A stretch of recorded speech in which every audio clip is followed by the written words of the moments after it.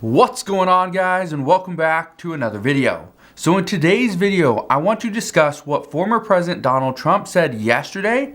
I want to also dive in to the stimulus package update and talk to you about what progressives are hopefully going to fight for. This is according to them. This could mean it either makes or breaks their campaign for next year. We're also going to dive into, how this coming week is going to be a big week for both inflation, the Federal Reserve, and everything in between. I want to also address, the middle class, where we're at, the numbers that you need to be making in order to be considered middle class. Again, these are scary numbers to some, but I want to break this down so that people really understand what is going on. Now, just again, want to thank you guys for watching today's video. Hopefully you're having a wonderful weekend. Hopefully your Sunday is going extremely well so far. But let's get into the update for today. Here's what we know. Yesterday, former President Donald Trump, he held a campaign-style rally in Des Moines, Iowa. Now, he brought up that he will most likely be running for president again, but he brought this up in a kind of a roundabout way. He brought up what his slogan would be if he runs for president in 2024. He said his first slogan was "Make America Great Again." You probably remember this. You saw all the hats with the MAGA on it, right? Well, he said that he already made America great once, but the next slogan was gonna be "Keep America Great." However, he bashed the Biden administration and the current presidency, saying that right now America is not great. He does not want to keep America great because it is currently not great. So he wants to use the slogan, "Make America Great Again." So my guess is that would be MAGA. That is what he said. So right now, just to give you an idea, many Republicans do not want former President Donald Trump to announce his potential campaign for running for election once again. They don't want him to do this yet. According to all reports, many want former President Donald Trump to run again. However, they do not want him to announce too soon, because if he does, according to Republicans, that could actually hurt them in their upcoming Senate election. So, what they're saying right now is they want him to just wait. But right now, what Democrats are saying is that they do not want former President Donald Trump to run. One of the number one reasons why is because the amount of votes that he received versus the amount of people that are currently unhappy with the current administration, this could easily tilt the tides towards former President Donald Trump, tilt the tides towards Republicans. If President Trump were to win in 2024, if the Senate and the House go back towards Republican, and they will be the majority in the House and the Senate, then it would be a Republican sweep. That right there is what Democrats do not want. They say this would set them back years. So they're going to try to do everything they can to avoid this. So here's what we know. Right now, over the past few weeks, we have seen that many Democrats believed that the immigration reform bill, putting that into the human infrastructure bill, was not going to happen. They were pushing for this, but this was something that wasn't going to happen because the Senate parliamentarian said no, this didn't actually meet the Byrd rules. Okay? Well, the troubling part right now is that the Senate parliamentarian already stated that this would not work. But yet, Democrats still want to include immigration reform into this bill. This is at least the reports out this morning, that they are not done discussing this. This is still part of the negotiations. Well, here's the thought process behind this, is that if this bill passes the House with the immigration reform bill included, then and only then it would require the Senate to have the discussions as to whether or not to overturn the parliamentarian's ruling. That's the thought process behind this right now. The other thing is we do not include it into the House bill, but if we don't include it into the House bill, that pretty much eliminates any need to have those discussions. the Senate would most likely just pass the bill that is in front of them or make some minor adjustments. That's at least according to reports. But here's the issue. Multiple moderates oppose any overturning of the Senate parliamentarians' ruling. They don't want to do it. This is Senator Joe Manchin. Doesn't want to do it, does not support that. So right there, it would be out of the question. We know that the potential $1.5 trillion bill is too small to include all progressive priorities. Progressives have a bunch of priorities. Immigration reform was one. They want to see Medicare. Paid family leave was another one, right? Extending the child tax credit payments, that was one, right? There's others in there as well. But climate change, okay? But all these different priorities, if you just take the progressive priorities and put them into a $1.5 trillion bill, the bill doesn't cover all their priorities, especially for the length of time that they want it to be pretty much in there. So that creates a big issue. Now, here's the other issue. If the bill passes the House and it's not the same bill that would pass the Senate, it would have to go back to the House for a revote, for a second vote. And right now, according to experts, there's not enough time to waste to have the House or Senate vote multiple times on the same bill, because every single vote is most likely going to have another debate, most likely going to have another negotiation. So they don't want to do that. Right now they say having more votes than normal is not recommended at this time. Too many lawmakers say that negotiations are ongoing, however, they're very slow. They say that there needs to be somebody with the leadership role in this discussion, because right now there's too many sides pulling the discussions in different directions. And that's what's causing so much of a delay. Now here's what I can tell you. All the discussions on the child tax credit payments, okay, those are still ongoing.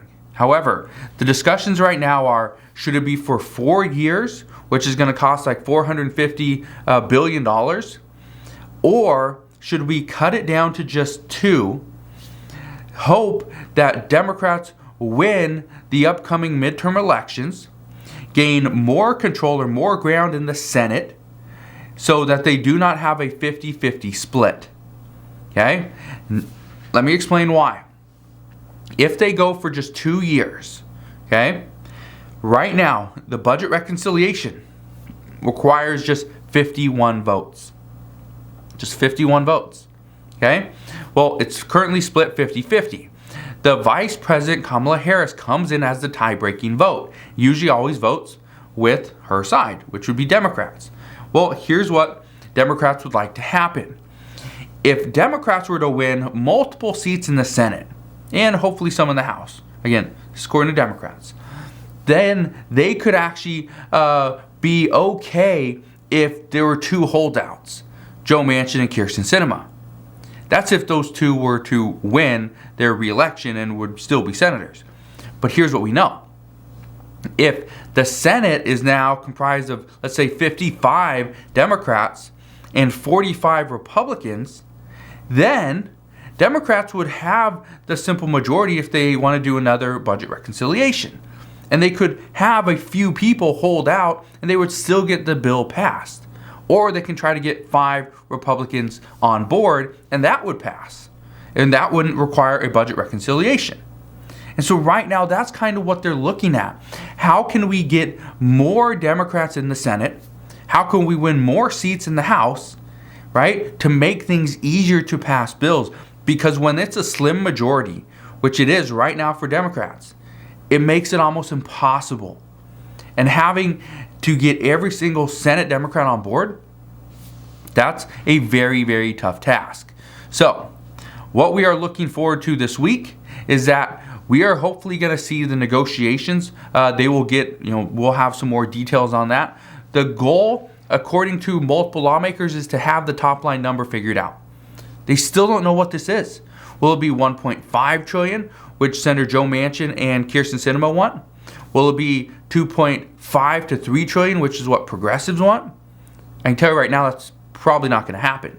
It's most likely going to be anywhere between 1.5 and $2.3 trillion. Probably closer to the $1.5 trillion mark, but we will see. Also this week, we will see the new CPI data come out on Wednesday, and this report could trigger the Federal Reserve to begin their taper. Okay? What we know is that when the Federal Reserve right now, they plan to slow its asset purchase program. They're going to start to do this, slow this down. But the recent jobs report, and again, all these things are starting to really go in together. But the recent jobs report makes right now, if they decide to slow their asset purchase program, that actually puts that, it's a questionable move right now. Some say this is not the time to do it. Others say, yes, do it now, we will be fine. But here's what many economists are predicting. Economists predict that inflation is going to be too high. It's going to be too high, and it's actually lingering a little longer than many people anticipated. The Federal Reserve, they must step in and slow it down. Tapering is going to help do this. They say raising interest rates will also assist with this, but some argue that until we get our unemployment rate into the 3%, we're at 4.8. We need to come down at least 0.9% until we see, and this is when we will start to see inflation start to become a level, or we will see deflation. That's what we're hearing. So I don't know about you, but deflation, for a lot of people, deflation is like, oh, this isn't good. Inflation is a good thing because things are, if you have assets, they are actually growing. That's more valuable, right? But if you don't have assets, you don't have, companies, you don't have, real estate, you don't have stocks, right? Then inflation is not a good thing. But I want to leave you with some numbers, okay? I asked the question earlier, are you middle class? Right? In the title I asked, are you middle class? Here's the reason I asked that. There's a recent report, okay? A lot of people have been saying that, the 1%, anybody that makes over $100,000 is in the 1% here in the United States. That number is wrong, okay? I read a few reports where, yes, they're saying about $100,000 or more. If you make that per year, you are in the top 1%. However, that is not the case. Remember, there's been, 25% of all the money in the entire world was created this past year. Okay, we've seen massive amounts of inflation. The amount of money has gone up substantially. So here's what we know.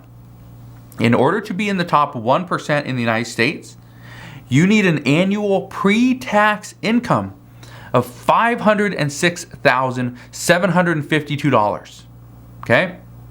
To be in the top 10%, you need to make $138,475 per year. Okay? So, no, to be in the top 1%, it's not $100,000 or more. And to be considered middle class, you need to have between 75% and 200% of the median household income. The median income, which is right about $80,000. So, in order to be in the middle class, you need between $70,000 and $160,000. That would be considered middle class. Upper class would be anything over 160. But to be in the top 1%, you need over $500,000 per year. That's pretty big. Now, I wanted to bring this to your attention because a lot of older reports have been indicating that these numbers were much smaller. And yet, when the media comes out and says, the top 1% are doing this, and they're talking about making, $1 million purchases, but yet you look at the top 1% in older reports, and it's anybody that makes over $100,000. Again, that's wrong. Okay, those numbers are wrong. But here's how things have changed. Now, America's 719 billionaires, they account for $4.56 trillion. And the other 165 million people, this is probably people like you and I, we account for just $1.01 trillion. Back in the 1990s, and this is going to show you how tides have started to change. Back in the 1990s, billionaires, and I should have probably looked up how many billionaires there were. I didn't. But billionaires held $240 billion. Everyone else was holding $380 billion. So that's how much things have changed over the past, 31 years. So If you got any questions on any of this stuff, please let me know down in the comment section below. Again, I just want to thank you guys for watching. Have a wonderful rest of your day. Consider subscribing, and I'll see you guys on the next one.